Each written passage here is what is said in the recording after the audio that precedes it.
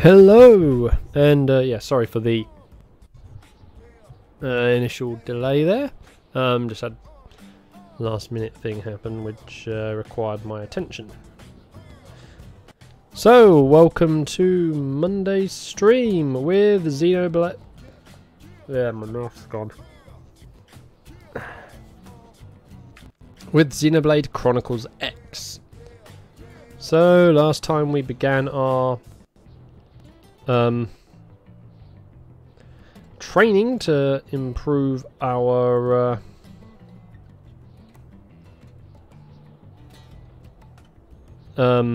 levels, because we really sucked in one particular mission, so we are getting more powerful and we are pretty much on the verge of being able to have a second level 50 Skell. I nearly said Jaeger because I went and saw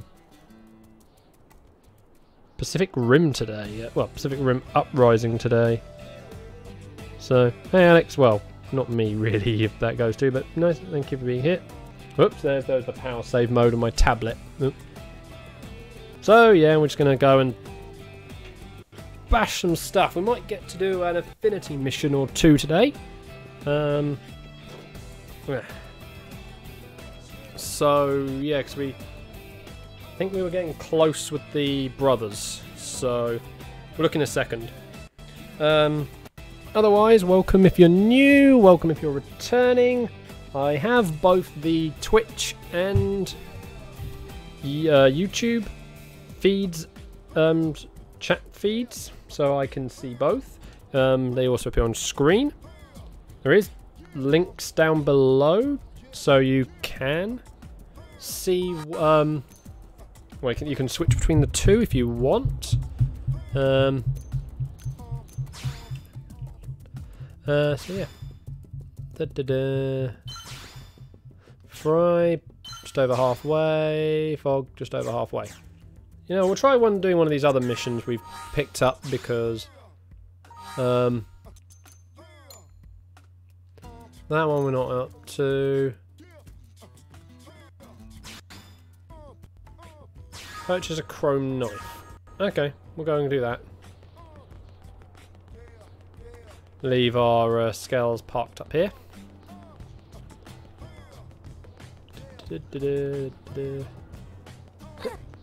And down we go.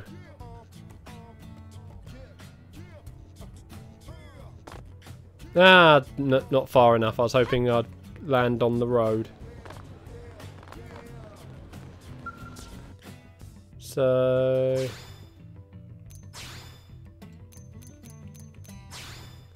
let's see.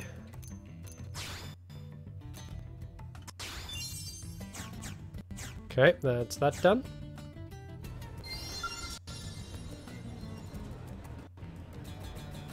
And this is why I left the skulls up there.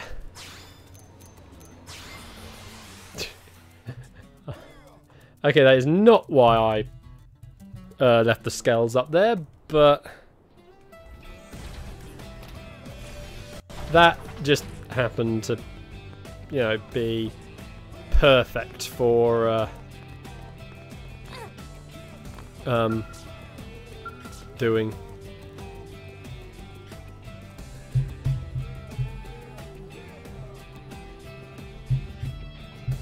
There we go, that's that. So yeah, we'll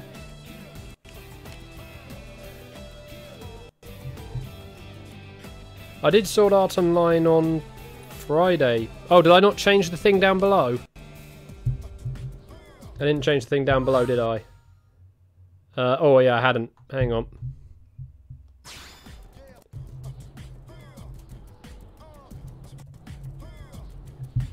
I forget about that bit sometimes.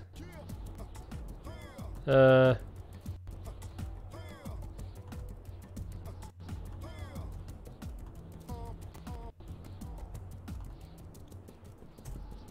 not 2, you silly thing. X. There we go. Although YouTube doesn't seem to recognise Xenoblade Chronicles X existing in its game selection bit. So when you type in the name of the game, it will bring up the games and whatnot, and I'll type Xenoblade in and it will only bring me up the original or 2.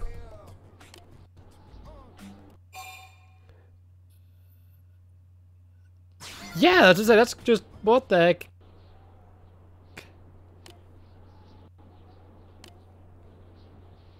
Cut ears off. But yeah, like with the Twitch system recognises Xenoblade Chronicles X being a thing, it's just... It's so stupid that YouTube doesn't recognise this game as existing.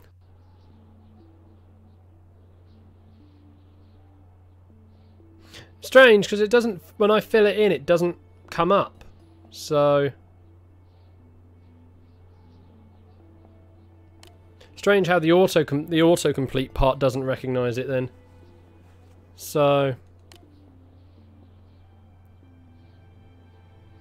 Well, no, well, Alex, like I said, the other Xenoblade games show up. I can start typing in for Legend of Zelda Breath of the Wild. When I do Super Metroid, it's there. As I say, for some reason this game doesn't come in on the autocomplete. So... Oh well. It's weird. Oh,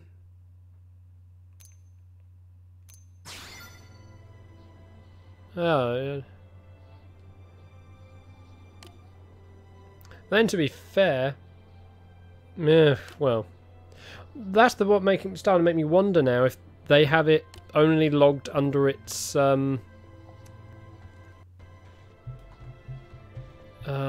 they only have it registered under its project name, when it was first revealed. So when this game was originally revealed, it was only called X. It wasn't revealed to be a Xenoblade game. So maybe it's like that.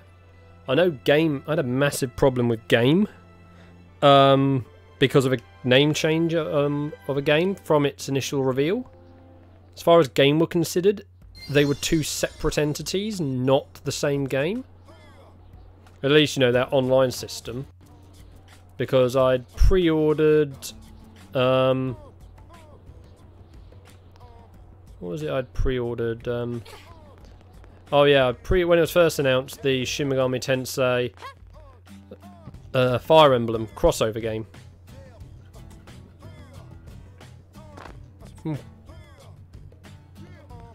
Not mean to do that one. Don't want to land on that, but...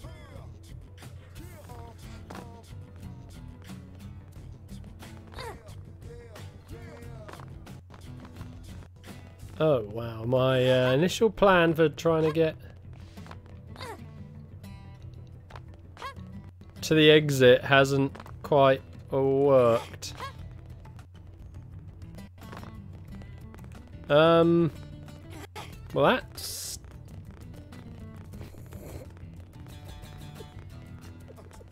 This is kind of funny because I've never actually been down in this crevice before, I think. Or maybe I have, and it's just, you kind of forget this crevice exists.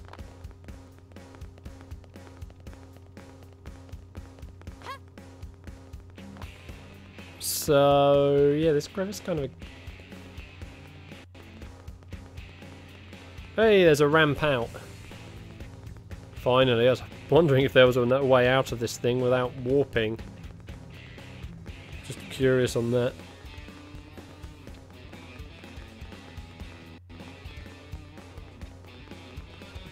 It makes sense for service accesses and whatnot. Yeah, a track for the crane.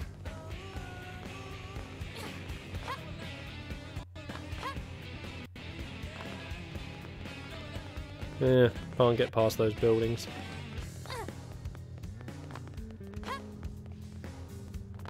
Down here we go.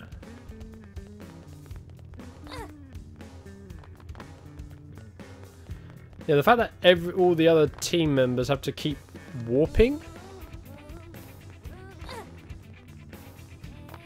Yeah, I've gone over that before, Mike, the whole complaint about the voice cast. And, yeah, obviously, yeah, it makes sense that it is an American cast, as it is an American ship. Did you hear? Doesn't really matter what part of America it would have been. Obviously, yeah, this is, you know, from, yeah, as you say, from LA. But, then we'll do the warp to Oblivia right now, because we've nearly burnt up the time needed in the game. Yeah, it doesn't matter, you know, it could have been like, you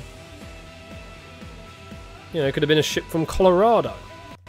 You know, it still would have been an American crew. So,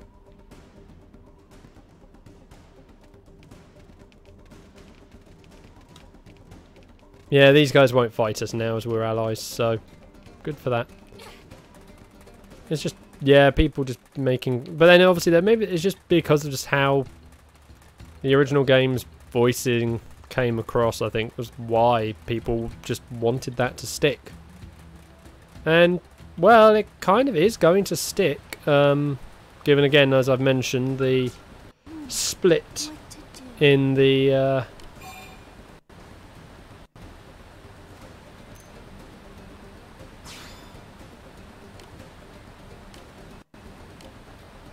you know, the split in the dubbing for things going forward,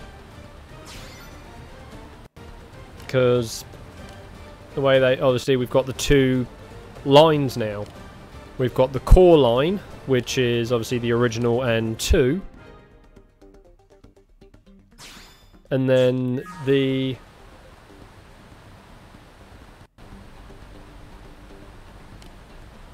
yeah. And then obviously I'm saying then obviously we've got the X line.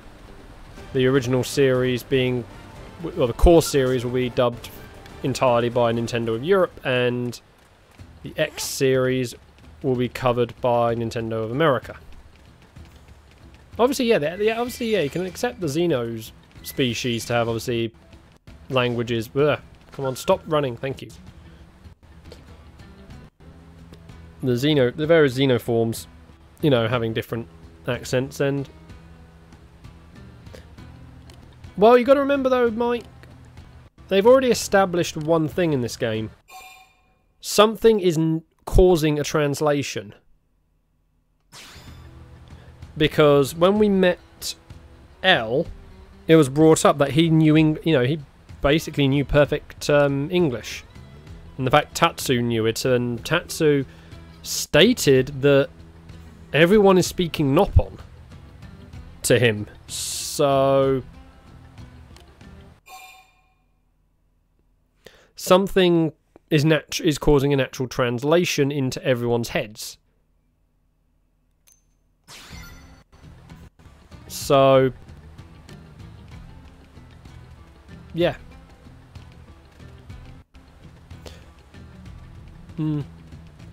Well, that's okay. That I was gonna talk about later, because we haven't got to that point yet. But simple case is that line. That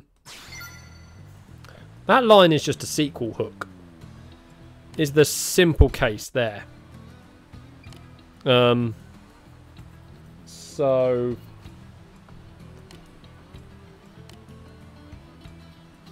you know, that's the key thing. Obviously, I was gonna, like I said, I was gonna go in more about that. Yeah, but it's obviously when she says it, when it's said at the end, that's sort of the main thing.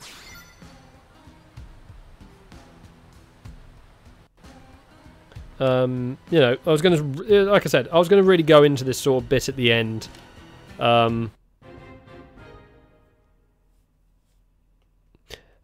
Because obviously, the reason I was going to go into it there is to do with some spoilers that obviously haven't happened yet. I think you probably know but in particular, what spoiler I am referring to. But like I said, well, I did not mean to change the mission. That was active. Whoops.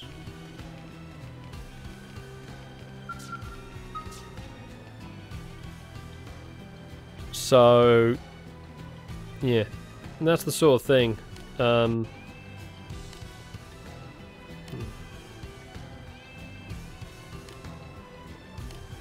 It's a because I think in a way, yeah.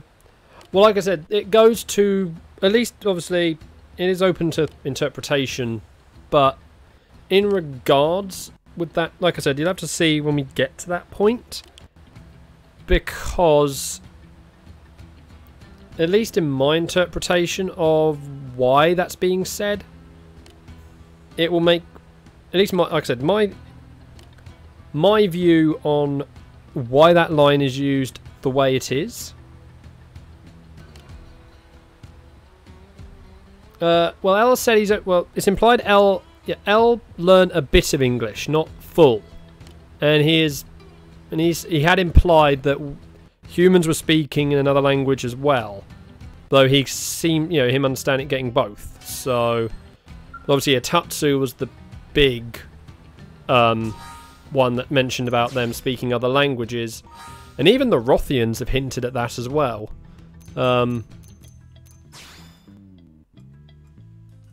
Last one, we'll finish this one first. I can't read. Small text edition. Yeah, I hope if they ever port this game to Switch, I am... Oh no. Oh boy.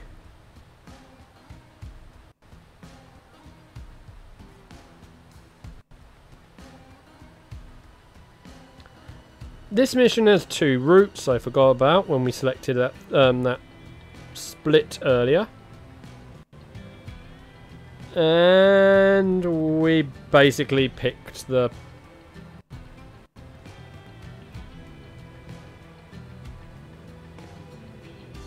wrong... Okay, not necessarily the wrong path, but we picked the harder one. Because guess what? We've got to go beat up some XE DOMs. Oh, jeez. And, well, we get torn apart by those in seconds.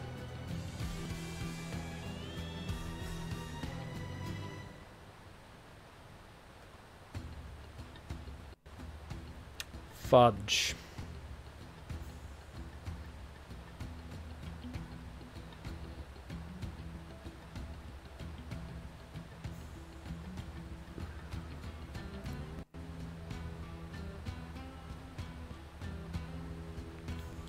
We still got some other things we need though.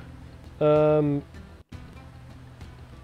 we'll walk to... We need to go to Calderos Site 510 first.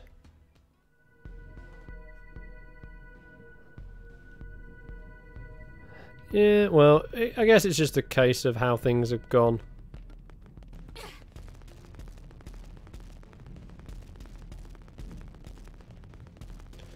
We'll leave the skells for a minute.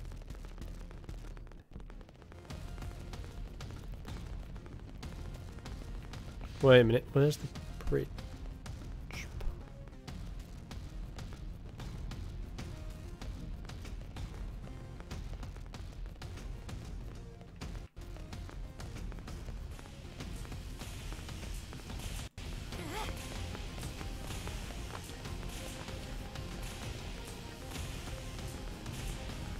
No, no, here we are. We need to beat these things up. Rocket shreds.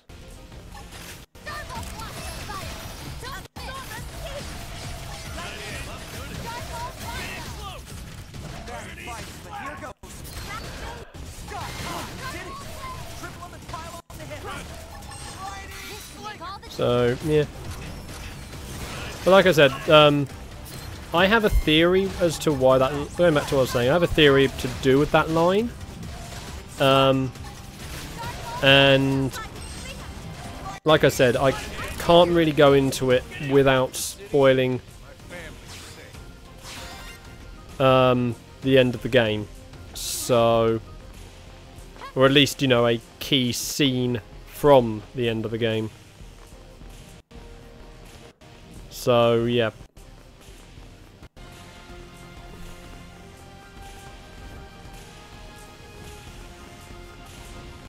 Which is a pity, because, yeah, I would like to, you know, it'd be good to get into my whole theory basis, but I think we all would agree that we don't want to spoil probably the biggest moments in the game. Oh no, please do not fall off.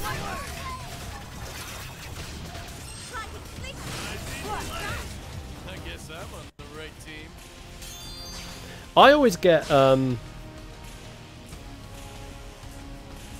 yeah, I mean, I'm... Oh yeah, that bit, yeah. I mean,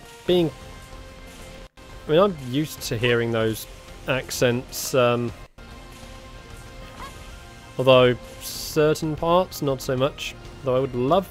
I think the one accent in number 2 that I kind of wish they did use, would love to have heard, a Yorkshire accent. That would have been a good one. Excuse me.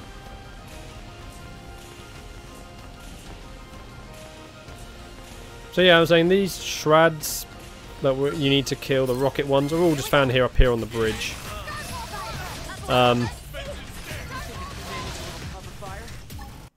Just be careful not to... You want tempered blade modules and... Jeez, buddy, you're really living on the edge.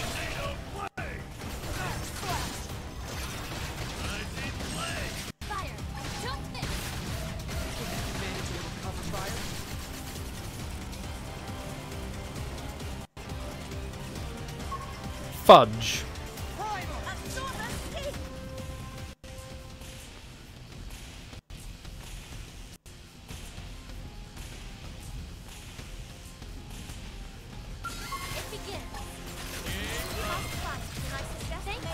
There we go.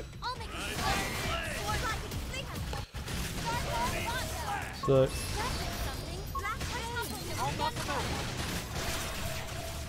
Come on.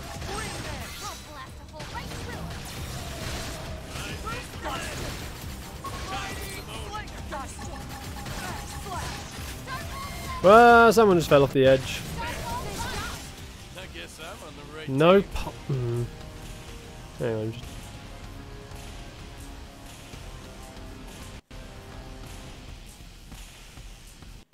Yeah, well, yeah, trust me, Mike. Yorkshire accent is very, very different. My granddad is a Yorkshireman, so I am very used to hearing a Yorkshire accent. Okay, I'm gonna... You know what?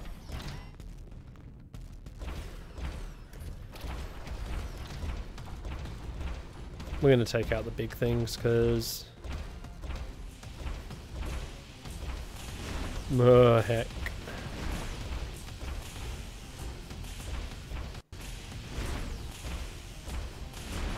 It's interesting how the scale keeps sliding on here.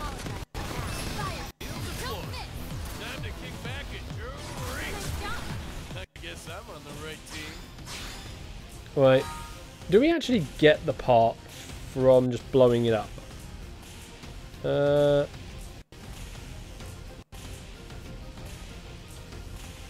Yeah, we can.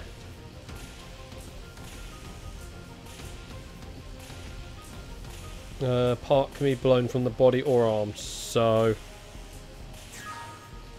Yeah, I mean, I've obviously being from the UK, in the UK myself, I'm probably more familiar with the language. Not the language, the accents. Back down, there we go. So... then. I hope I did my part.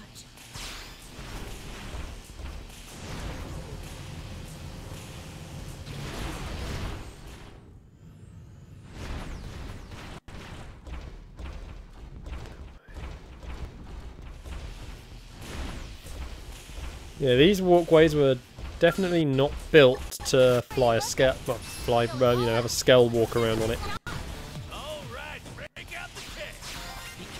That's 2.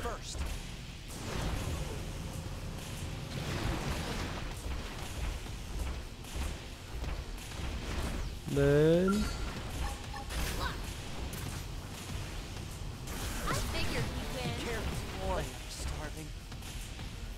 it's 3. Now where was that? I am so tempted I want to go and bust that big guy up.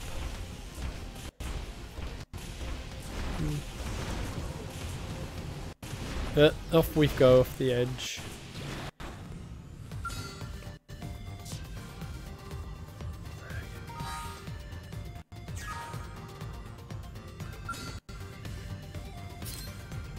Okay, we're going to try taking this guy on.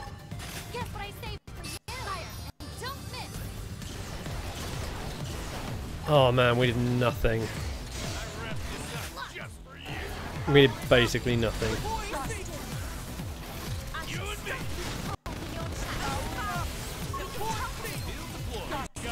Okay, let's just try and break as many of the components.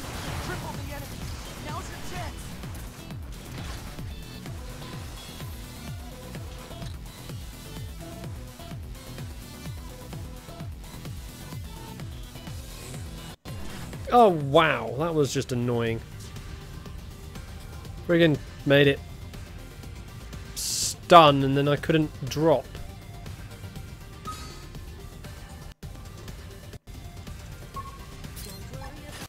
Let's try this again.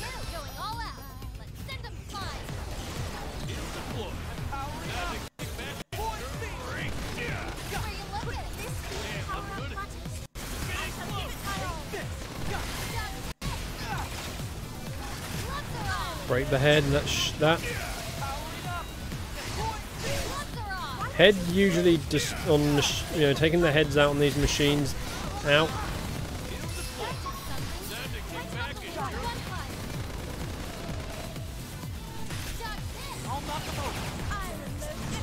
Yep, it's going down.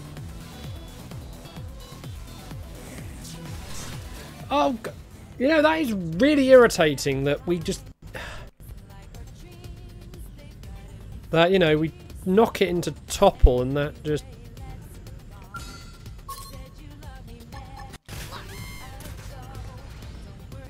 The fact that I just do minimal damage.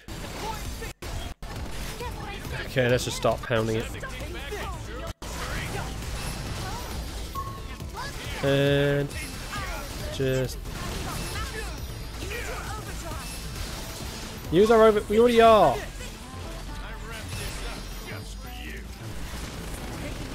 Oh well, we already broke one of its weapons.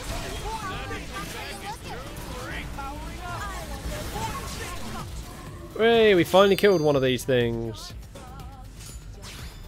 Got a head and a cannon. Walk back up to get the next shroud. But okay, yeah, we can kill one of these things. Just the tyrant one we can't.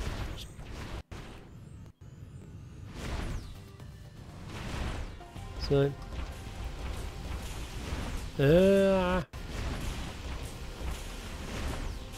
when I first played through this, I was always, you know, wary of the lightning on the, you know, on the. I suppose I'm getting used to this.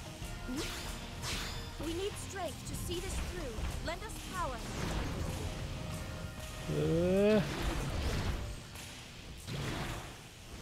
We. Fire and don't miss. Nice job. All right, break out the kit.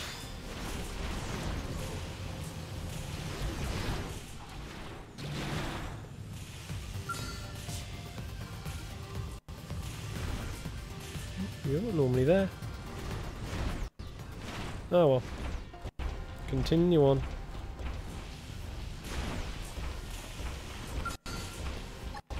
Where you looking? Fire. Might try and take another one of those big things out because, Strength to see this yeah. through. Lend us power. Nah. Yeah, this is a really precarious place to be trying to move around on. Going all out.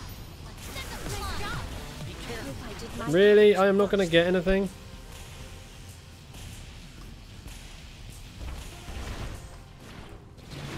Fine. Buddy. Actually, is there one up here? There is. Boy, I'm starving. And still not one.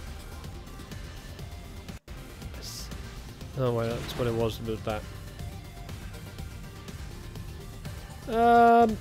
Yeah, I don't think we are meant to, but look, they're big enough.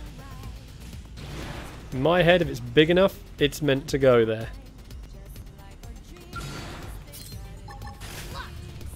Going all out. Let's send them flying. Guess what I saved for you? I shall give it my all. You and me. We can topple them. Shield deployed. Time to kick back and shoot. Duck hit. Yep, we've got it. Duck hit. See, I love their all.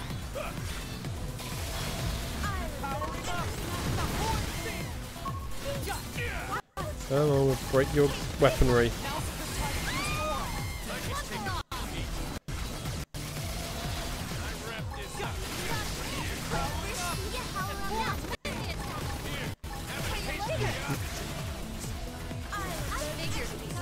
And no, nothing. But yeah, like I said, if you can get something in, it's meant to go there. They would have been like how they made certain caves have doors that are only big enough to get a person in. That's clear design that that place is only meant to be accessed on by foot. Up here, especially, you know, knowing that, you know, they were giving us the flight module. Really? You didn't die? Oh well, just get you with a machine gun.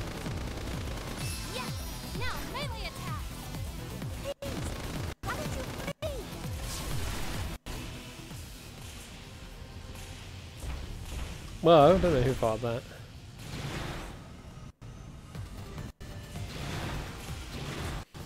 Maybe this is why I you know, I'm... Maybe that sort of attitude is why I'm single, though. Actually, it's not. It's not. There are very complicated reasons for it. So, and I don't want to go into those.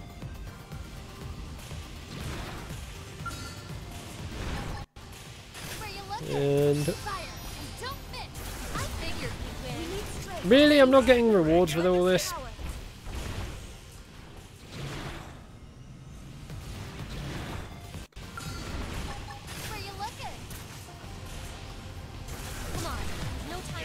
Ah, wow. Game, what a time to be stingy now.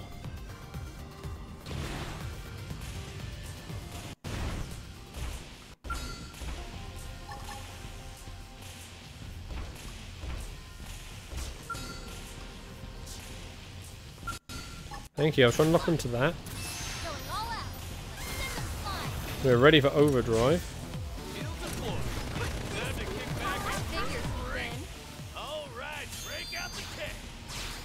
And still not the part we need.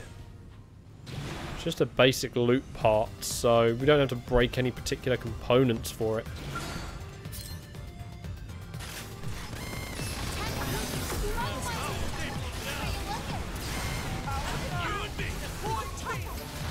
I want to break the other.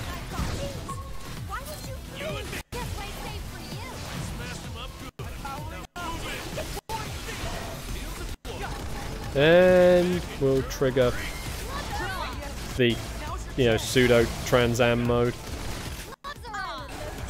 Actually, that is a thing that was pointed out to me today. For anyone who is a Gundam fan, like me, the Gundam 00 series is getting a new project happening.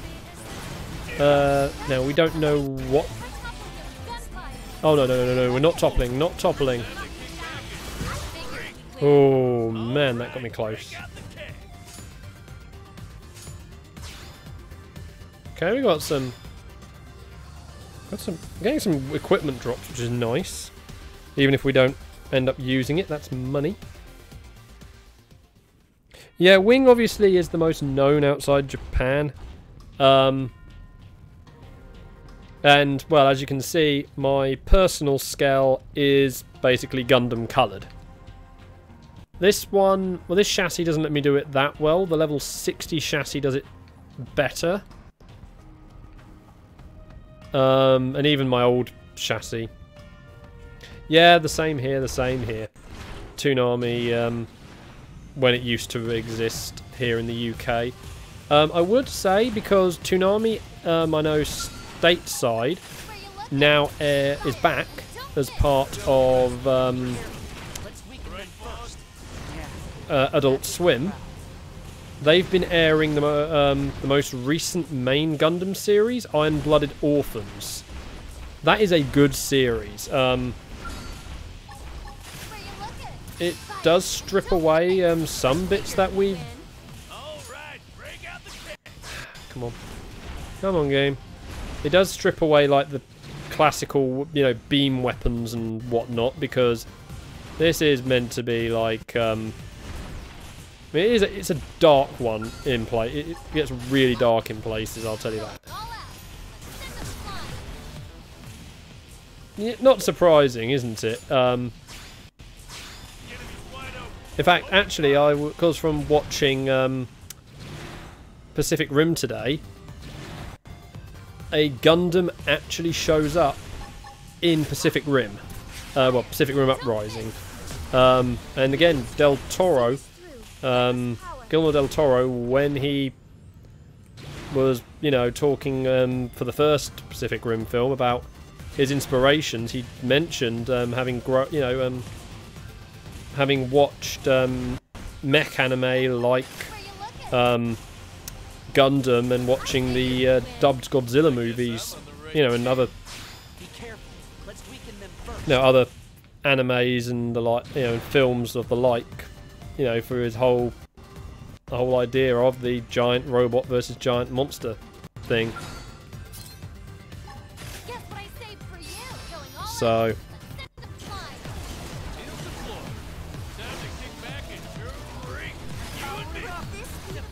yeah, it's but I would recommend you check out some of the other Gundam series. Like I say, 00 is a pretty good series. It's a pretty good one. Iron-Blooded Orphans, I'd say that's the most recent one. That might be worth, you know, you checking out. Or if you want something more light-hearted, you can check out the Build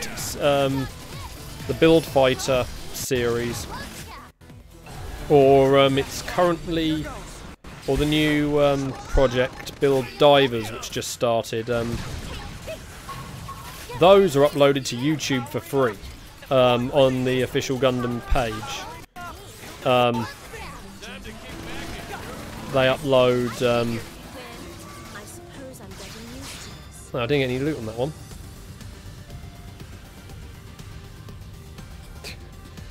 Yeah, it's true. It's very, very true. I was actually reading on TV Tropes the other day, in the X meets Y category. One particular anime, they said take, well, for Evangelion, they just said, you know, take the Bible, I think it's like Bible, gun, you know, and then like your mecha anime, and put it on drugs. So, come on. And then for one anime, they said, you know, take Evangelion. I think it was on an anime, but one thing in this this category on TV tropes, it was like, take Evangelion and give it more drugs. Come on. Maybe I have to go back on foot and bash these things up again. Then the problem is like everyone else is going to be having problems. But yeah, you know whatever it was is completely messed up if they're saying take Eva and give it more drugs. But yeah, I have watched it. I've also read the manga. Yeah.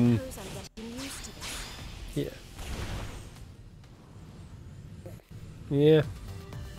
Yeah, it's fun reading some of these comparisons on, these sort of things on TV tropes. I enjoy looking at some of the things. And dead. Yay, we got the final part. In celebration, we're going to beat him up one more time.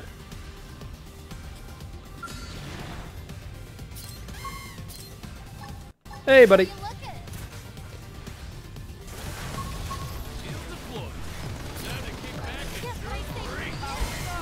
Don't worry, buddy. This will be the last time we beat you up for a while.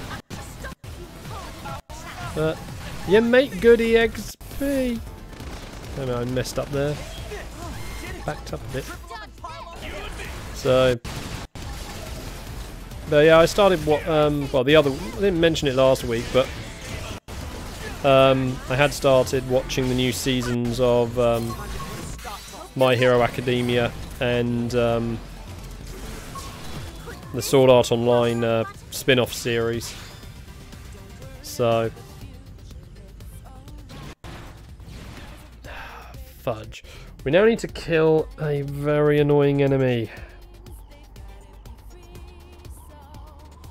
Just thinking on this for a second. Do we have the money for this or not? We only have 942 tickets as well. I'm expecting this to not exactly be a cheap component. Fudge. Where would we find the Bismuth XE DOMs? I get a bad feeling these are going to be like really...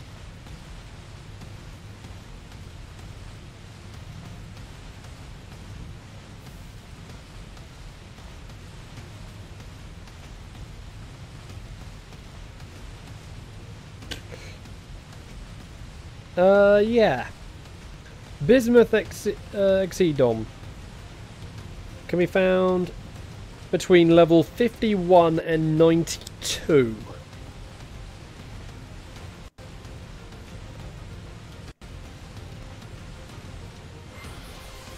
I think that tells you everything.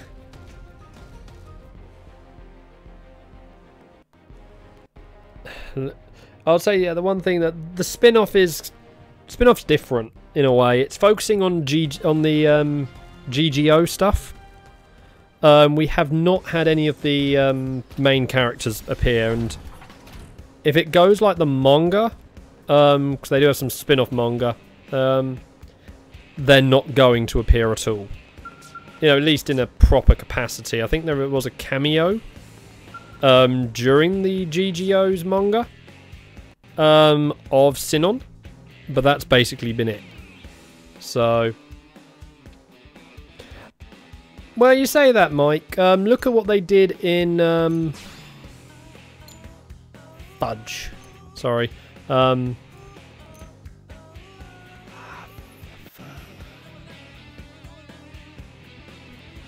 We need 4 million and we're nowhere near.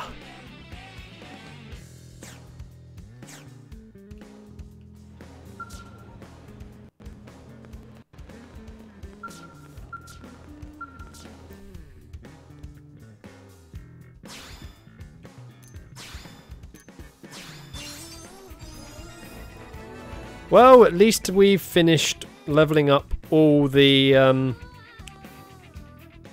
arms manufacturers.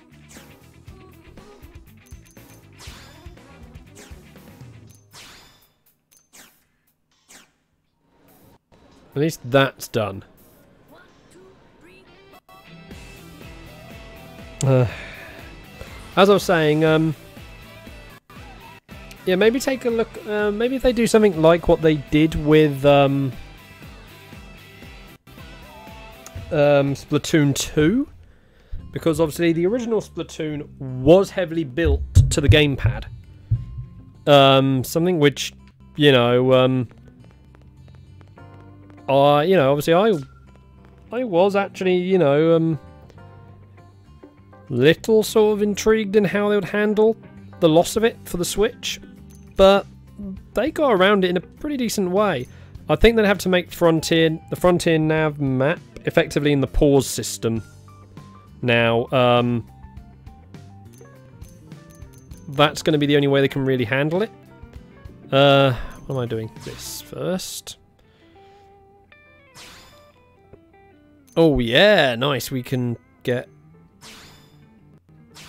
that. And then we're going to have to do this. I don't want to do it, but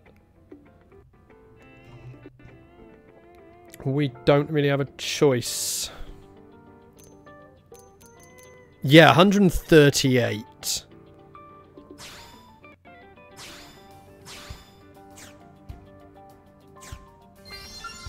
Like I said, I didn't want to do that, but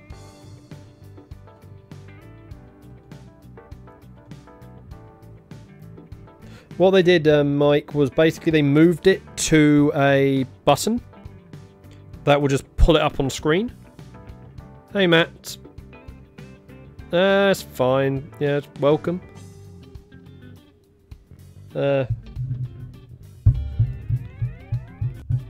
So say welcome. Hopefully you're enjoying here. But yeah, yeah. Well, like I said, hopefully they'll have learned some of the, you know, to improve a lot of the things. I mean, they can't really get rid of it because of, obviously, it is a key element of the game. I mean, also Bayonetta 2. That's an example of having refined. Oh wait, she's not here. Back down at the bottom. Yeah. I think the first game handled the quick travelling function a lot better out of the games. There you are, there you are, there you are.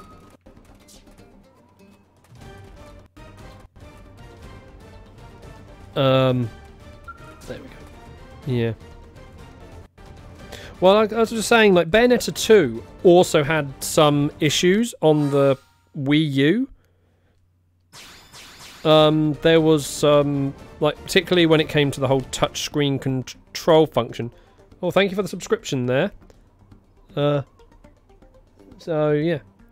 But yeah, like, Bayonetta 2's control interface on the touchscreen.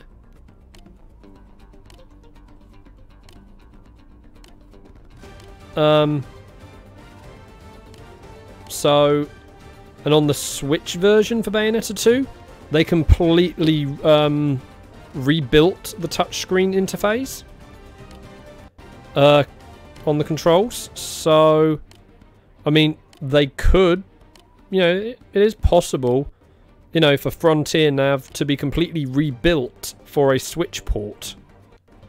And not just, you know, not just a basic tampering with, in order to be able to access it on the Switch, but to truly have it rebuilt to be much better. So, yeah, it is possible for a better version to be in a port. Is basically what I've just been, well, I've just gone the really long way round of saying. That's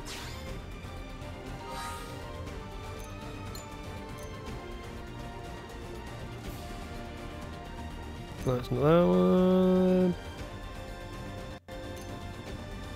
That one.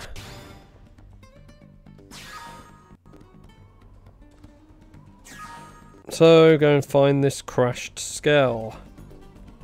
So what? 511. Although hopefully we'll get an HD. Well, I just want a full HD remake of the original game first. Because man, that game would look so good with the modern, with a you know, taking advantage of of all the extra power. There you are, buddy. So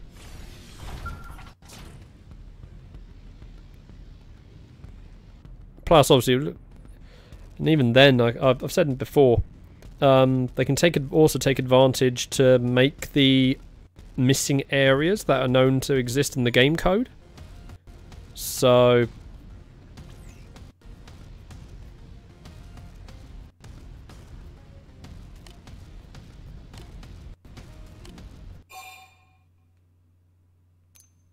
there we go.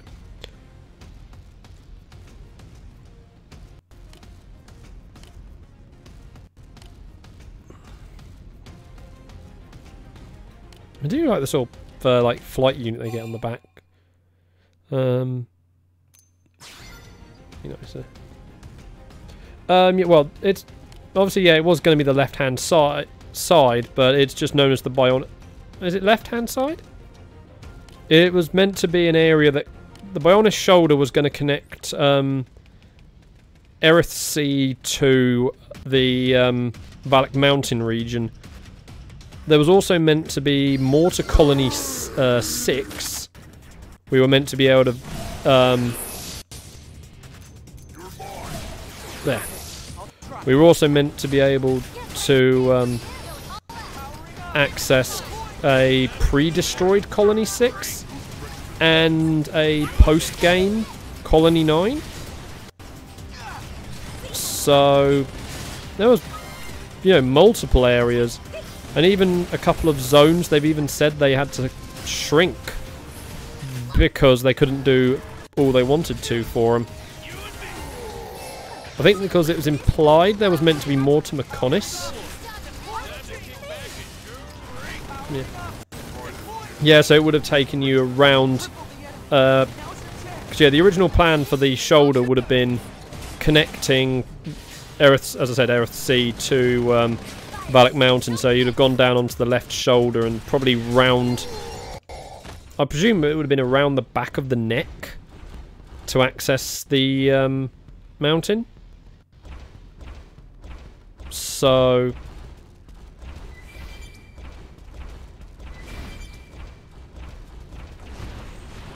but yeah, that was the main area that was lost. But as I said, we were meant to have Mortar Colonies 9 and 6. And even Mortar Mechonis. There they are. So there's a lot of things that, because I'd say some of them we know about because of the game data. Others because of the having stuff excuse me. Let me just get a drink. Oh boy.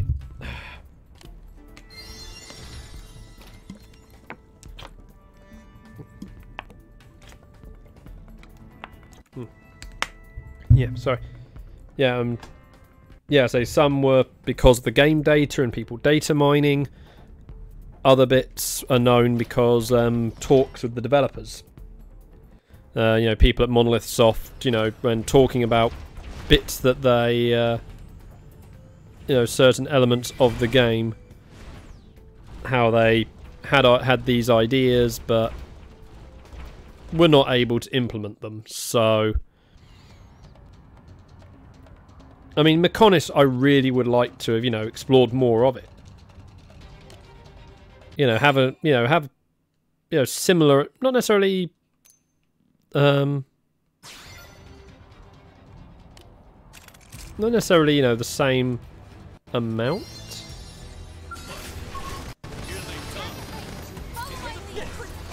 You know, as Bionis, but at least, you know, give us more than just, you know, the Fallen Arm, the Central Factory, and then Aragrithin. I cannot pronounce it unless I hear it, but you know, I mean, the city inside the head. So, I mean, I technically count the sword as sort of more the crossing point between the two regions. So, yeah,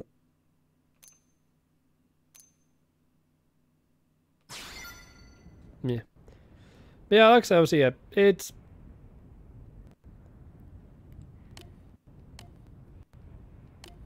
See, I'm just thinking, my understanding of the Sartorial Marsh. Sartorial Marsh went around to the... Sartorial Marsh sort of was on the hip. I was always under the understanding. Not on the front. Because Colony 6 was on the top of the Bionis leg. It's been a while since I've looked at an image, so... So yeah, I could be sort of just getting the alignments wrong, but Colony 6 was sort of up the top of the leg. So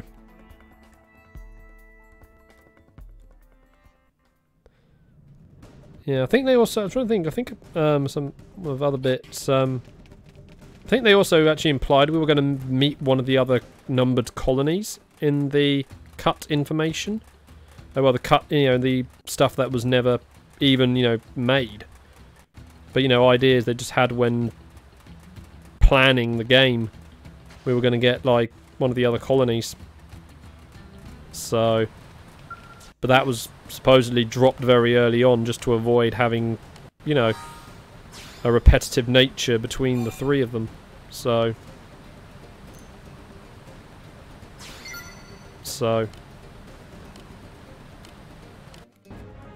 There we go, that's that one done.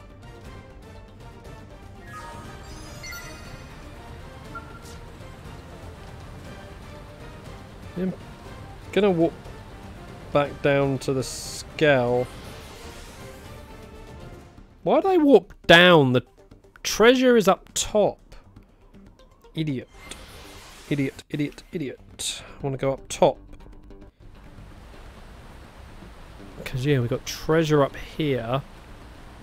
I want to go and check if we've finally got the requirements to get them. Yeah, I'm going to take the scale. Just makes cleaning up anything in our way so much quicker. This can go down. But yeah, thank you for putting the pronunciation in, Mike. I mean, I suck at just my own language anyway.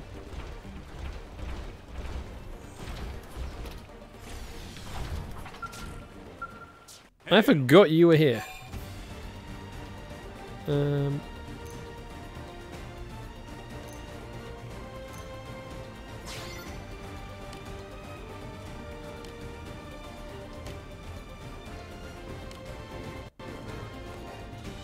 Oh yeah, the jewel.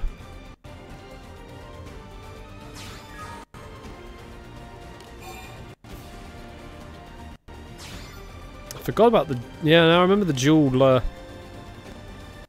storyline existing. I just forgot where you got it. Ah, that's where... What's that in there? Come on.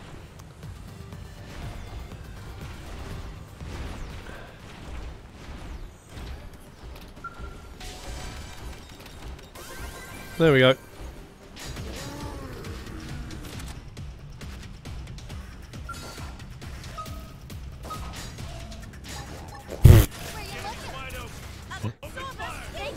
I like how they just still try fighting us even though they are completely outclassed.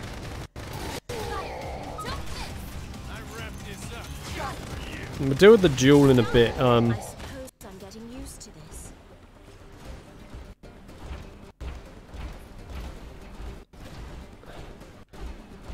Yellow over this way, wasn't it?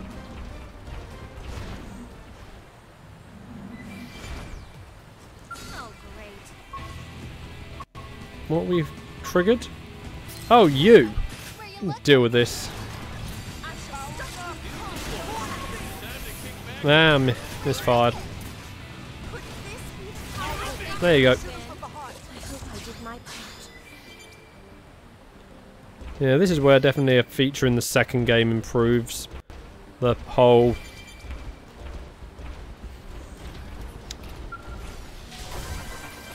You know, tyrant class opponents stay dead.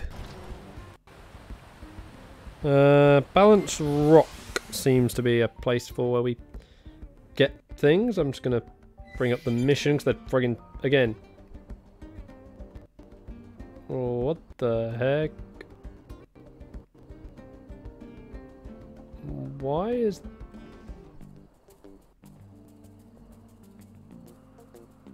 What the...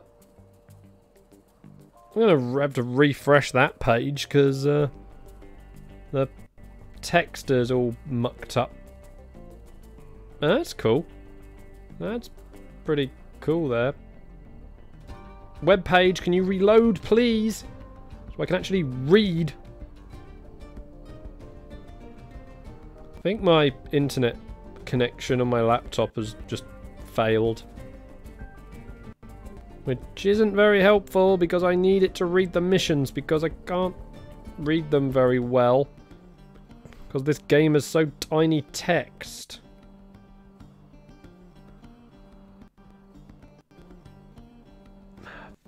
Thank you. No, that's not... Why has it done that?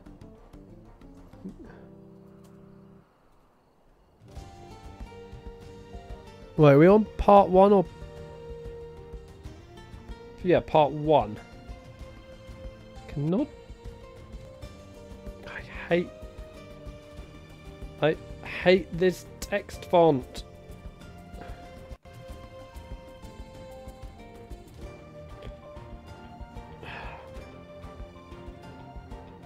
Okay. Yeah. Pick up some freebies. No, not here. Lock on. Thank you. Jeez, things are being awkward right now. Hello, Airwick Salad. Yeah, Airwick Salad Bar. Sorry, I haven't noticed you. Obviously, you just typed in while I was busy moaning around on trying to get things to work.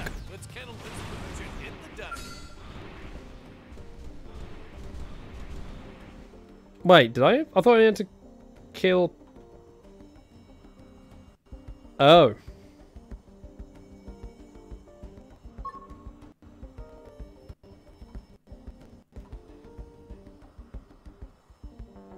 Yeah, sorry about say missing your arrival and that.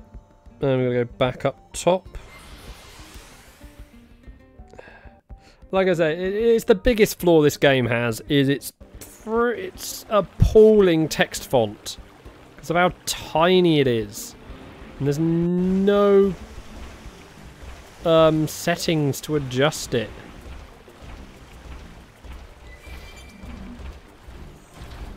So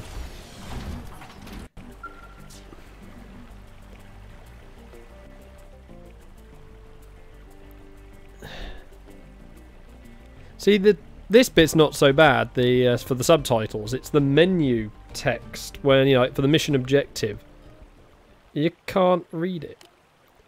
Yeah, small in Japanese. I mean, I've switched the game to be playing in hands, in the tablet mode, and it's not like it was configured. To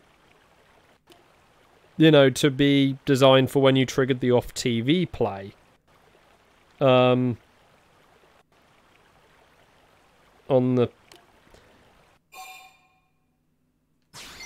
You know, if you trigger the off TV play, so the text size isn't really, you know, doesn't... It's, you know, even worse. Yeah, well, Airwick, my set, I mean, I, in a very, well, my room shape is not very practical, put it this way. I mean, I have physical disabilities, so, you know, like, I have to have my room set up in a, I live in a very tightly fitted room. And, you know, even on my TV, I mean, I don't have room for a big TV anyway, but given where I have to sit, and, well, not really sit, well, the only place I can sort of sit around in my room to see my TV makes the text even tinier. I've only got a 22-inch screen, and I'm sitting...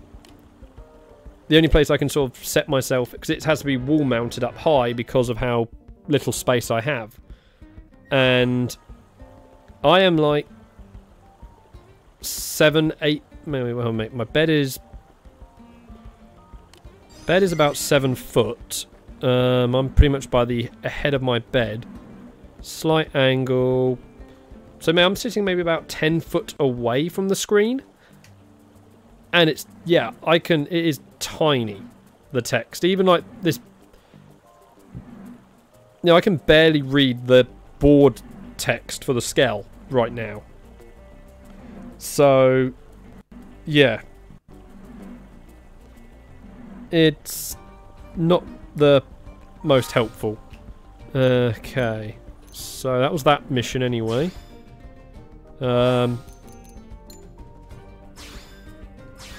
Go to that one. Go there. So, Greater Gemini Bridge it is. Yeah, I don't... Yeah, so it's alright, Airwick. You know, I'm used to the thing. So, it's why I did like some of these Wii U games that for them the gamepad wasn't used in a way. It was just, you know, oh yeah, here's the exact same here's the exact same thing duplicated on your gamepad screen, and that just made it easier for me to read these things because I could have it up close. And yeah, I'd play watching the TV, but for text reading I'd look on the gamepad. Of course, obviously, the Wii U was basically just a DS. You know, a slightly more powerful DS. So, at least, you know, that's kind of what I think Nintendo was trying it to be. Of course, at the same time, again, something that that's sort of been brought up before. The Wii U was basically a proto-Switch, when you think about it.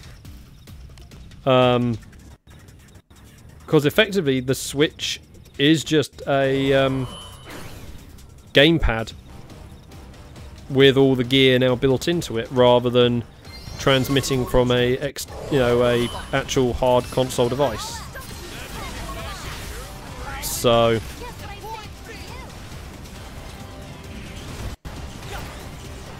obviously it is vastly more far more complicated than that. But I'm just going by the simpler sort of simplest way of saying it.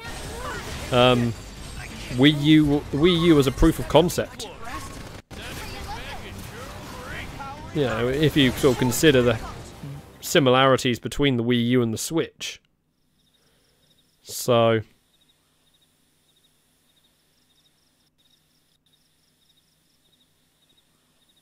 it's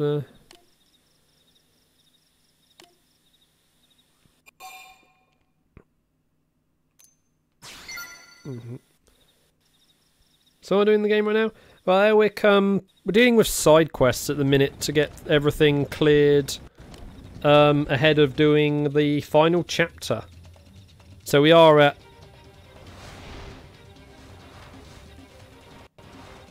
Yeah, we are at sort of the end.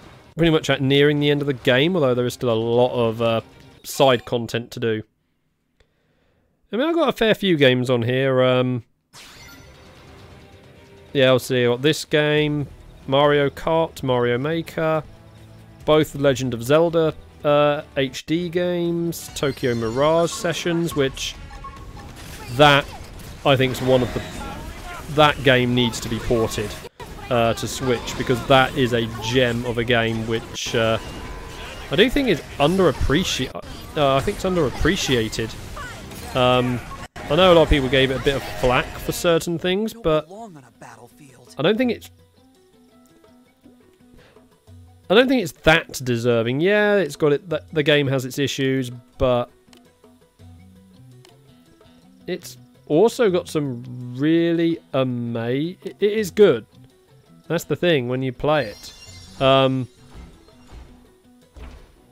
I'll say to anyone out there who has a Wii U, or even though, or you know, is considering just getting a Wii U because they just want to own one just for the sake of it now, and are looking for some games which are not, you know, haven't been announced for a Switch port, and want to get them, get Tokyo Mirage Sessions. If you...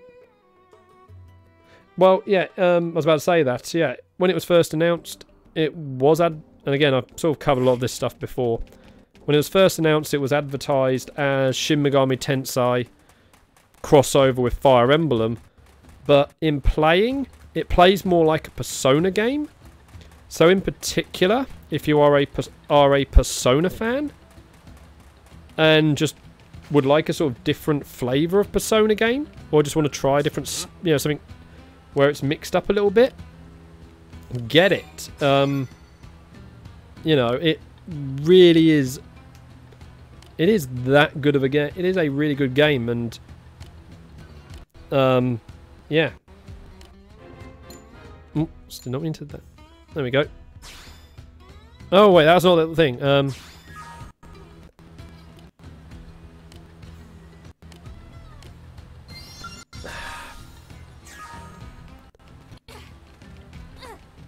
Wait, is the person we were looking for up here?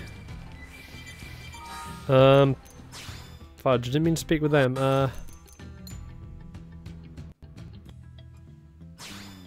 Oh, gotta be daytime. Where is a... One there. So yeah, like I say, Airwick, give it a try. It's a lot better than you think. I mean, I love the artwork that's done for the game. You know, just, you know, of the characters and whatnot. So obviously not... Obviously the game's art works for the game, but like all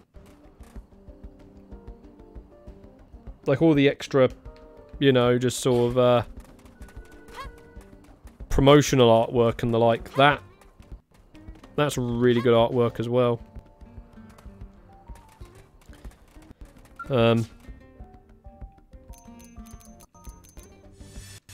Just walk the time. I did not mean to do that one. There we are. So, yeah.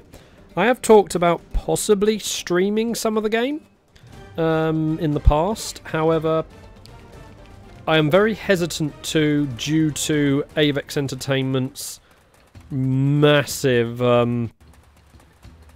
copyright claim stance they take with soundtracks and the like. So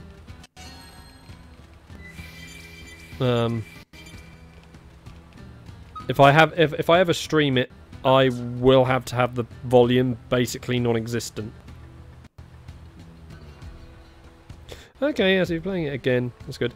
Yeah, and obviously, yeah, sorry, Mike. Yeah, the Wii U games definitely did have a bit of a graphical up just for being on the Wii U, which was a cool thing.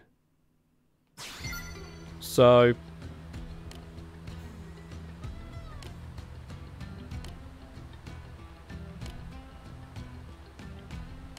you know, it's that, you know, it is a cool thing.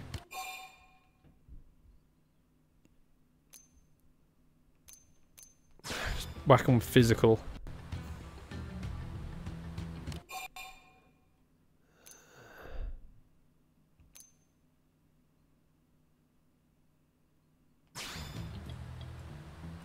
Yeah, so I wasn't paying attention to the game there.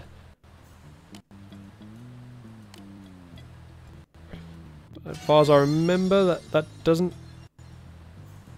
really matter in the long run. I think the outcome is always the same anyway. Which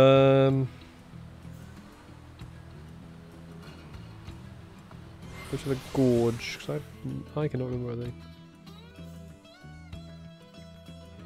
Yeah. Well, the Wii U was sort of made using the half-gen technology to a degree, just the lower end of it.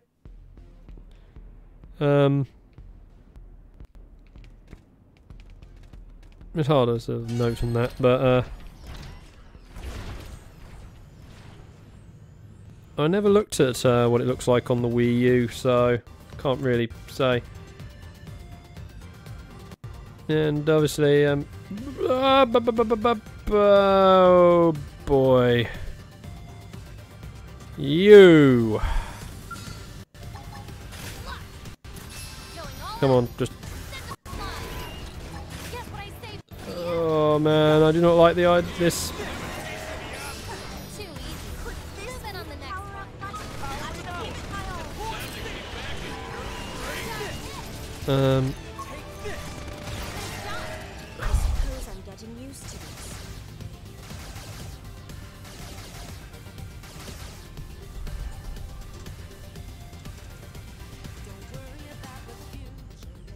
Yeah, I know the camera. I keep forgetting on it though.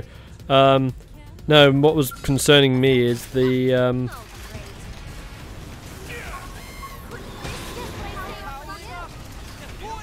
it's that guy. I guess I'm on the right team. The XE Dom. Oh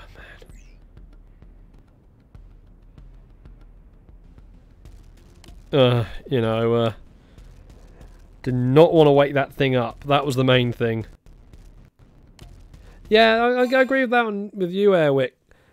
Even now, obviously, you know. I mean, look. I mean, just even looking at this game, the style is nice. You know, it's got a good style, and you know, it basically would look the same if you put it on the other consoles because of the art style. Back away from him, back away from him. Yeah, got them on the ground, so I don't want to walk into them. Jeez, I do not want to do this.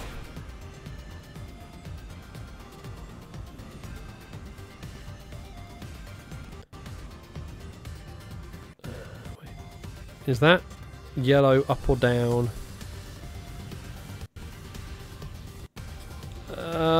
That's another.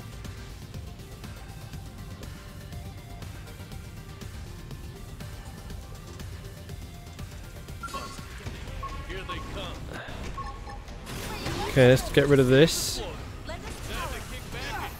We might be able to get a yellow point. Yeah, but I think that's more limiting of the console's functions rather than the game's art design. Again, something they could fix on a Switch port. At the same time, the handheld modes, obviously.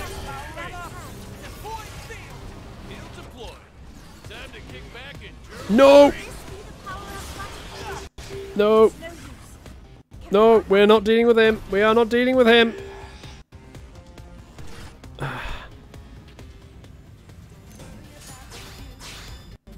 That was my biggest concern.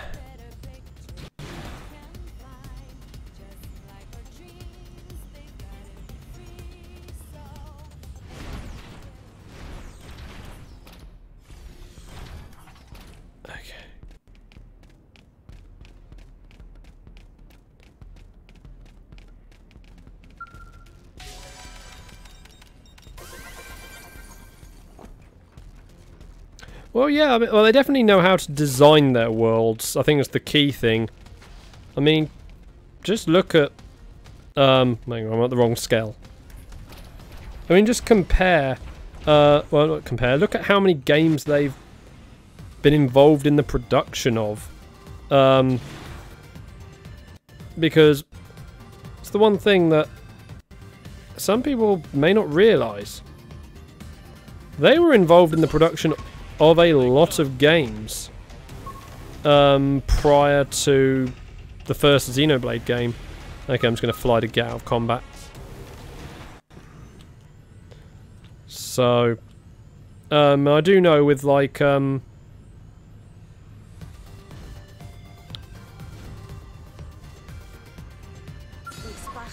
what, really? Yeah, I was about to say, yeah, Breath of the Wild, Miyamoto got Monolith Soft involved because of, well, in particular in an interview he said it was the vertical side of the game, and it was after seeing this game is what got him to get them in. They had cracked something major with the vertical aspect of a game, which obviously he was struggling with, so... I mean, they're credited in both the Splatoon games, and quite a few other games over the years, ever since Nintendo bought, particularly like in particular since Nintendo bought Monolith Soft. So, Boy, I'm starving. yeah, but at the same time, got to bear in mind how they became owned by Nintendo. I won't enjoy it, but I will fight. Oh, that's what we got to fight. I'm trying to work out where the heck it was. Where the heck we got to... Oh, whatever we were looking for was, so... I am really glad. I mean, taking into consideration... yeah. I mean, also, taking into consideration their very first game. Well, not Monolith Soft itself, but the guy in charge. He created Xenogears. And I was reading on, you know, stuff that went on. Obviously, he did Xenogears at Squaresoft. Square Enix. And then... the game that actually ended up being Xenosaga, he originally pitched as, before he left Square, he pitched it to be Final Fantasy VII. So yeah, that's the thing, when you think about it. Xenosaga could have actually have been Final Fantasy VII. I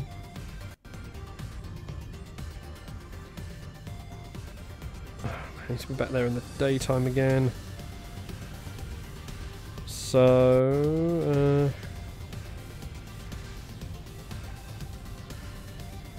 go there.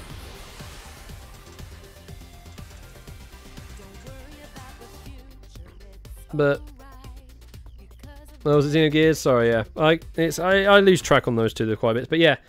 Still, it's the whole fact that effectively this, in a way, we may not have had these.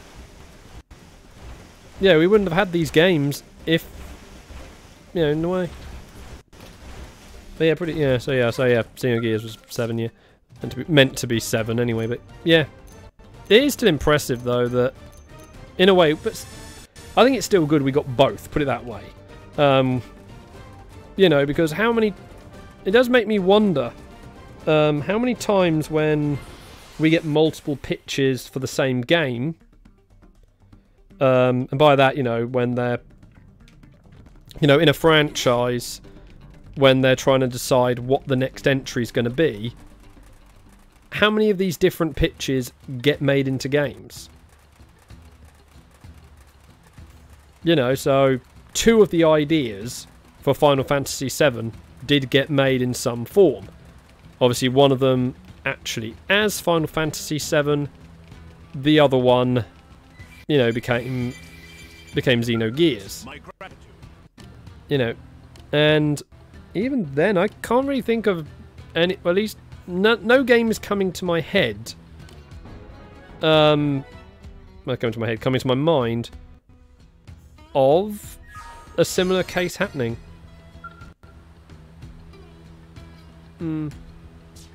Yeah, I mean, okay, I myself haven't really played much in the way of the Final Fantasy series itself. Growing up, you know, I didn't really have any consoles beyond handhelds, so I was kind of stuck with the Game Boy.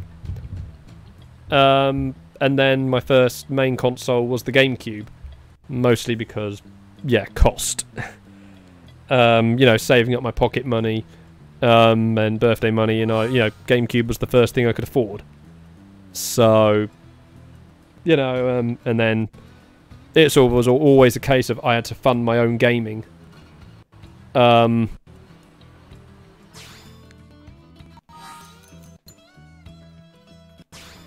You know, yeah.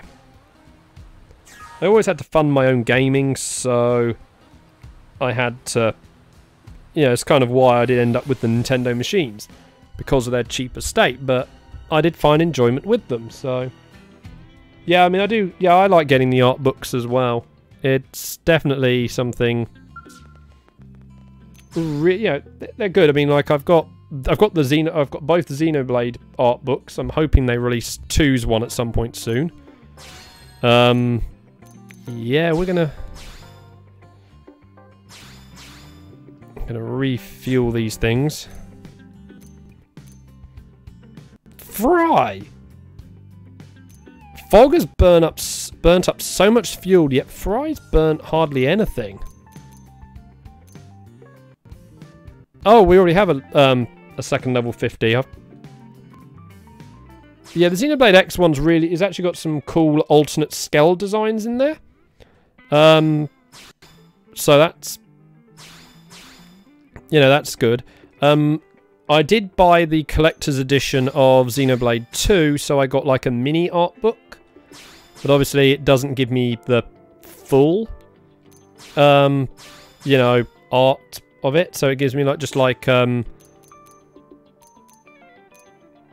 know, all the basics, the basic art stuff. So there's like a few designs for the characters, and then, you know, nothing too spoilery.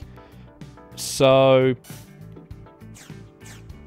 cause like it gives you like the designs for Pyra, but it doesn't give you the designs of Mithra.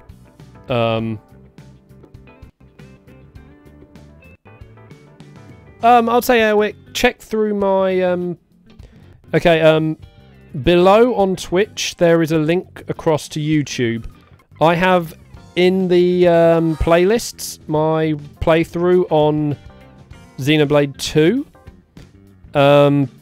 which, you know, I'd recommend checking out, because that,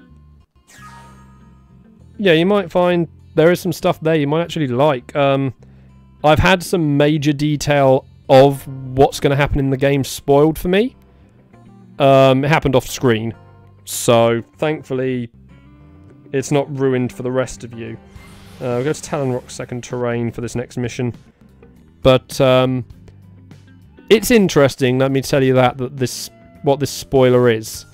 My playthrough hasn't got that far yet. Oh, okay. So I wasn't certain there if you were... Because you said you disliked the direction, that sort of made me think you weren't going to play it. So, yeah, sorry about that. I just thought you were not going to play it because of that comment. Right. Yeah, up.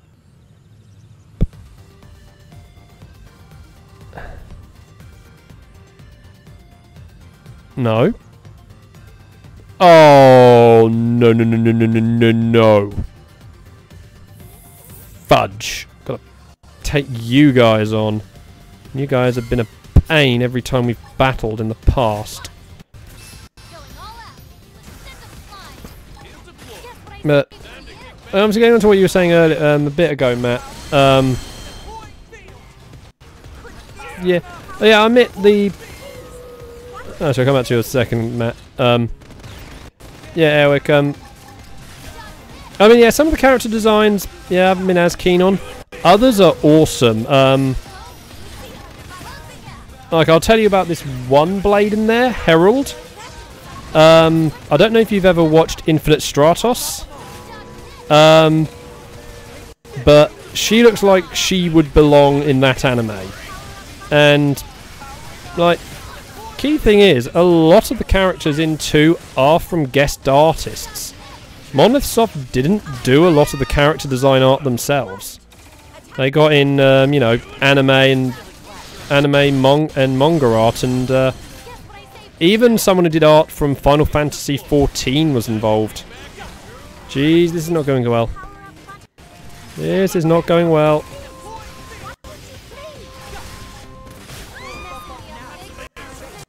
Oh, phew, that's gone. Oh, boy. Yeah, these guys... Oh, jeez, I'm really not liking fighting these things. Oops, sorry, hitting the mic. Yeah. Like I said, there are some really cool blade designs, Airwick. I'll tell you that. As I say, Herald is one of my favourite designs. So...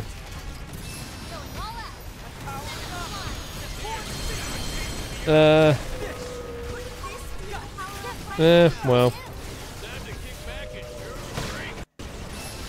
just wait until we get that far, Matt. So... There we go, bind you. But yeah, what you're saying earlier about the whole graphical thing, I think the one thing the Switch has proven is that just because it's not as powerful as the PS4 or the Xbox One, look at some of the games that are shared between the 3 consoles. You know, Doom, Skyrim, and even look at the upcoming ports of Wolfenstein 2 and Dark Souls. They still look amazing on the Switch, even with it, you know, not having as much GPU capability as the others. Going to Oblivion. And I think that's the one thing. Like I say, with the whole, it's more to do with how they, it's more to do with the designs rather than the graphic, than the power. That play more of a role. So, yeah. Like I say, it's just down to being able to work on it, work it around. And I think that's the key thing. Obviously, yeah, the Wii U was notably weaker than the other two, far beyond what could be, you know, considered. Well, yeah, you're saying obviously they do. There is that, and oh, nighttime. Huh. Okay. You're not going to get all developers on board. Yeah, I know. It's a thing. There are some companies who are just outright interested in power. Another thing I know is EA do seem to have backed off from the Switch. At least over here, they've only released one game on the Switch. And let's just say there was issues for them, but issues that were basically because Nintendo were... It was issues that occurred because of the backlash on Star Wars Battlefront 2. Around the beta. When that happened, you know, all the backlash around it and whatnot. Because I've brought this up before, Nintendo have some regulation. Well, some regulations, but like these seem to have this sort of sort of thing about they're not too keen on the microtransaction siding of, full price, the big games and whatnot. But basically, yeah, when obviously Battlefront 2 was not coming to Switch anyway, but it was in the FIFA. What was it? FIFA 18 or something, or 17? But last year's release of FIFA, and well, basically Nintendo didn't like the idea of a pay-to-win mechanic in a game, and so they said that EA can't use that function, or that you can't use that function in your game, and so EA, rather than just disabling the microtransaction system, took the entire, took a good chunk of the game's features out. Like one major one, like the whole bit that everyone plays FIFA for, the main online multiplayer mode that people play the game for, EA removed. And, effectively saying Nintendo said you can't have you can't get access to your players through the method that you know how to get them. So basically, yeah, EA and Nintendo are back at arguing with each other, and pretty much because Nintendo did try standing up for gamers, and oh, here's Kate. Yeah, it's. I mean, it is more complicated than that. I mean, that's just me dumbing it down a lot. Probably a little too much. But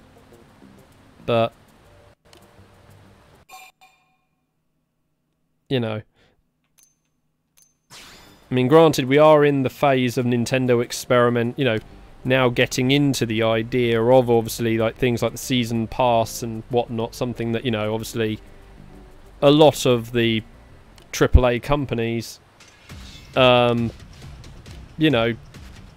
phase they went through years ago, and Nintendo's only touching on it now. Here they come. Yeah. Prepare your auras.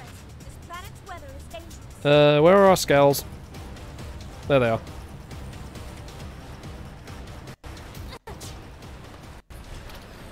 Yeah, not pulling it. You see, this is my understanding, Matt, from someone I know who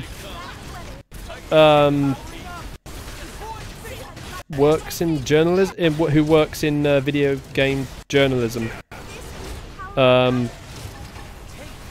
Because they were doing a thing after the failure of FIFA on the Switch, and I'm just going by obviously what they were digging up, so which seemed to be there was this argument between the two about the microtransaction system. So, like I said, there was obviously more to it, so but that was sort of that's sort of the thing they talked to me about on it, so it is a very, like I said, it's a very complicated thing what's going on. Yeah, unfortunately, Airwick, it's hard because, like, a couple of games I really like were made by subsidiaries of EA that I actively play. I don't know whether you consider how well you work out the subsidiaries, because oh, 1 second. Like, was it? Yeah, because I'm still, I still play Star Wars: The Old Republic, obviously, and that's BioWare. So, and obviously with them being owned by EA, I don't know how you would sort of consider with them, because yeah, we know what happened with Mass Effect 3, and that was, and whatnot, but obviously, like, Old Republic is good, obviously, yeah, it's Mamorpica, so I know it's not into a lot of people's tastes, just because of that, but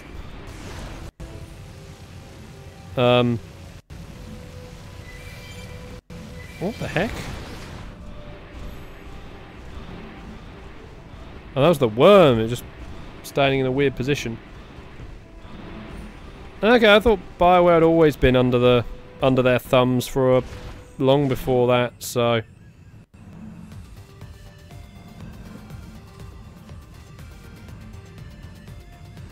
Okay, I just didn't... I thought BioWare was EA before... Well, I knew they were not EA when they made Knights of the Old Republic. I just thought when they got to Old Republic, they were they had been bought by them at that point. So obviously it was nearer the time when they got taken over, well, bought out by them. And unfortunately, we have seen what that's done to them. Not Mass Effect 3, Mass Effect Andromeda. Hopefully, you know, so... Really? You're gonna dump us all the way away from our skulls? Everybody on board. You didn't set rules about us not using these things, buddy. Yeah, I know. Visceral, I know, obviously, like, Visceral in particular was... yeah, I mean, it was hard. I mean, I never played any of the Dead Space games. You know, I really do not do well with horror. But I respect those games. Okay. I mean, that's the key thing, you know, like, there are games that I will not play, you know, because obviously, you know, but, that's the best way of putting this. So yeah, I won't play certain games,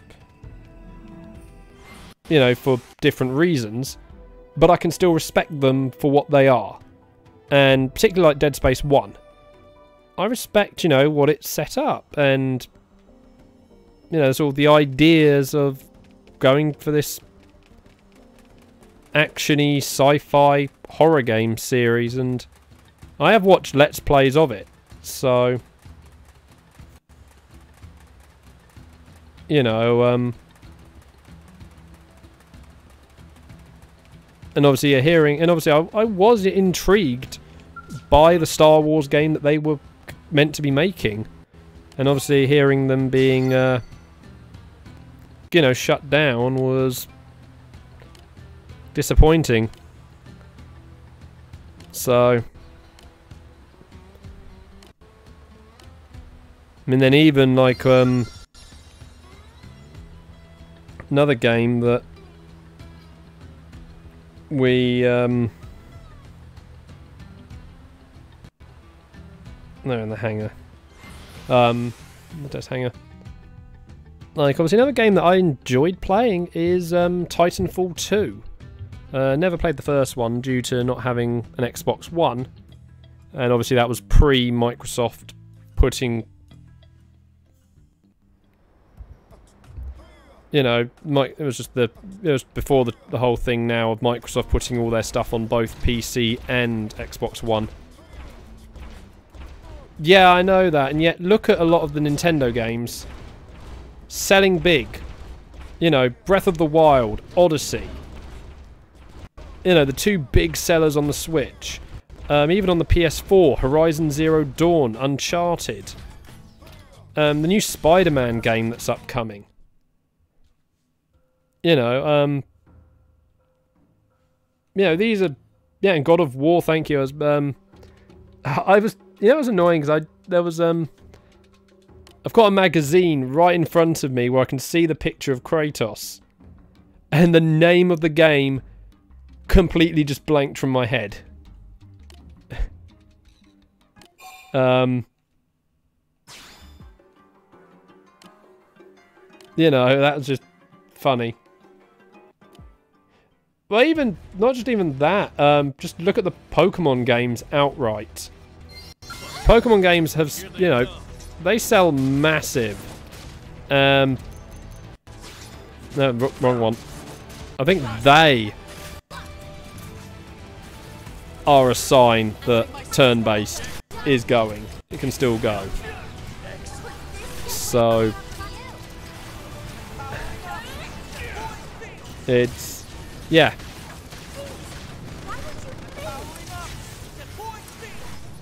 And then obviously, yeah, we do have the Xenoblade series, which sort of hit this sort of good mix of, yeah, this different style of live combat. So, yeah, that's the thing. All these companies sort of saying certain genres are dead. No, it's,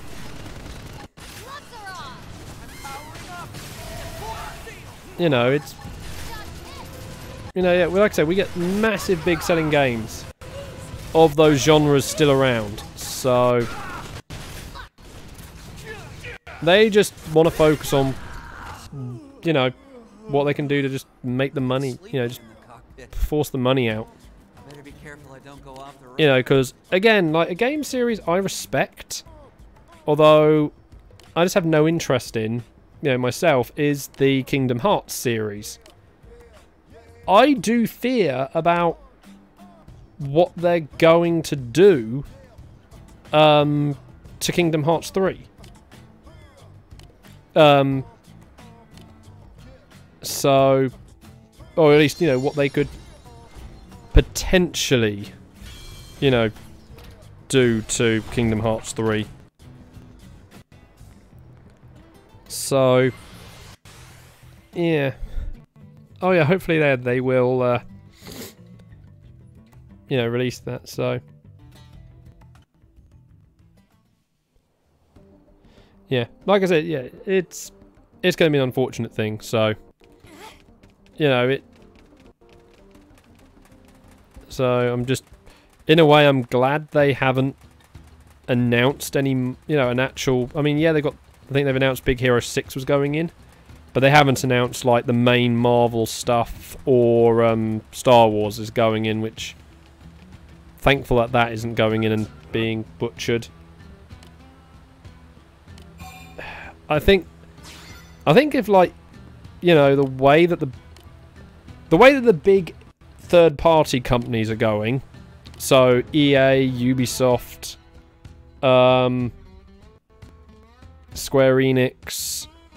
You know, like that, Konami are in a, you know, Konami are being, you know, just idiots now. They are the joke of the video game industry now, I think, given what they just pulled. So, which is, given after what,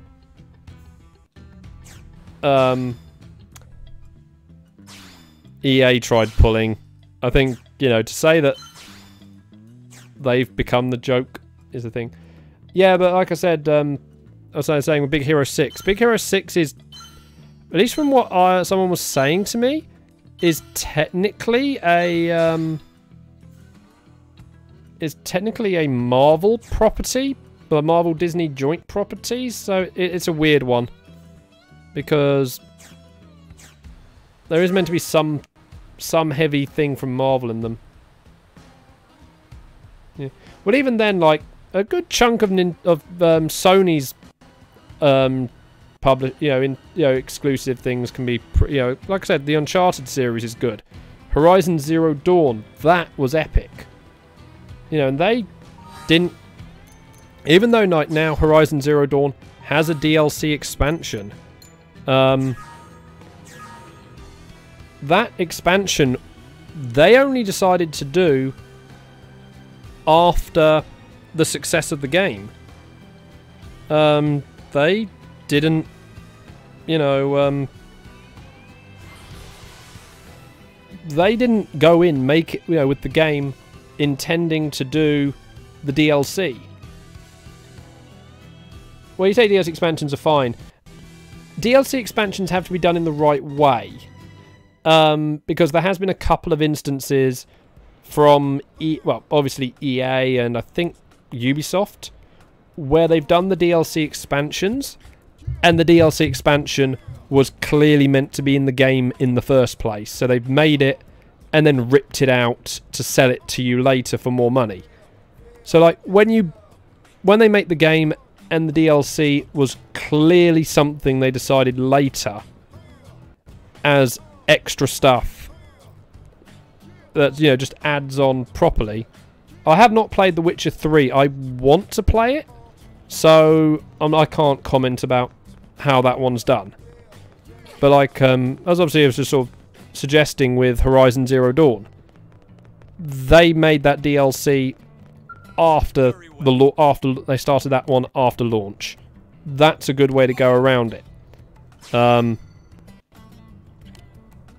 Even sometimes, like, they may announce, you know, that DLC wasn't announced until afterwards, so okay, Duel Part 2. Okay. So I mean, we're getting to the end of today's run for stuff, so I think, but yeah, you know, if you make an expansion after launch because it did so well, that's fine. I've also known a couple of times, you know, where a game built up so much hype before launch, they decided to do an expansion just because of, like, you know, they got enough information about how hyped the game was, and because, you know, how late in the production the game was at the time, they made the decision to commission DLC stuff. I can't remember the name. It was something on the Xbox 360. I think it was all maybe on the PS3 as well. So, Yep, and get this. you know, they have done those sort of things. That's crazy. May have been also on the PC. It was a game I myself didn't care about, and I know it's meant to have happened a few times. Why did I go to this one? I want to look for. Let's open the. Oh, that's how I know what I wanted. I wanted the Moranium Depository missions.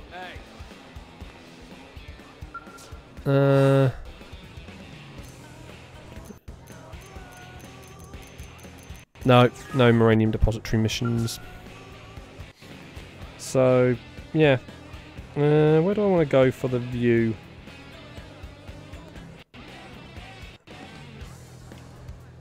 I know where we'll go. Yes. So yeah, we're actually, you know what? We'll pop there. So yeah, it's just that sort of thing.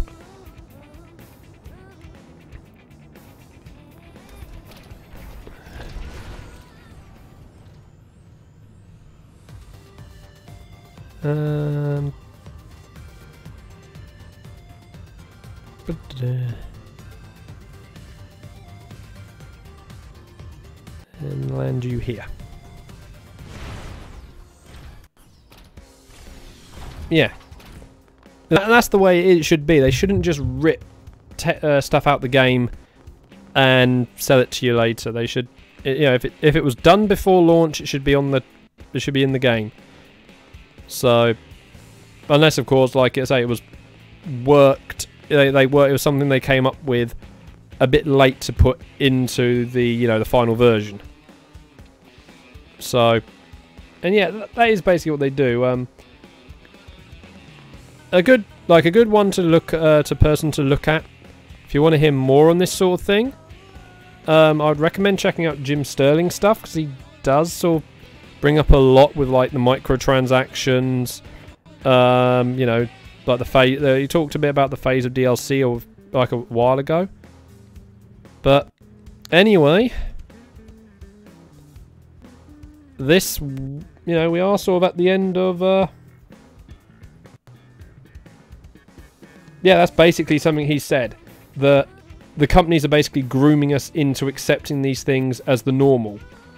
They push it forward until, you know, until we basically lash out against it, like what happened to Battlefront 2, and then they roll back to where it was before and act as if they're the good guys in all of this by saying, "Oh look, we're not doing it that far."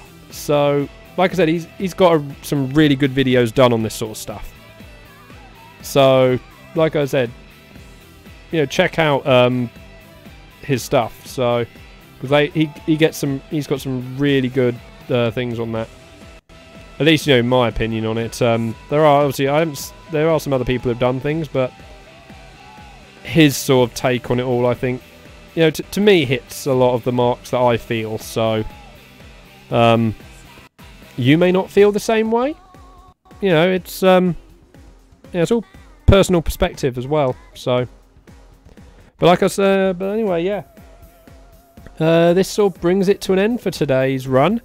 Tomorrow we will continue, and the brothers have a assignment for us, so we will check that out. So we've now got them to the point we can do it. Wait. Have I read the number of hearts correct? Yeah, 4 hearts is what we need, so yeah. That.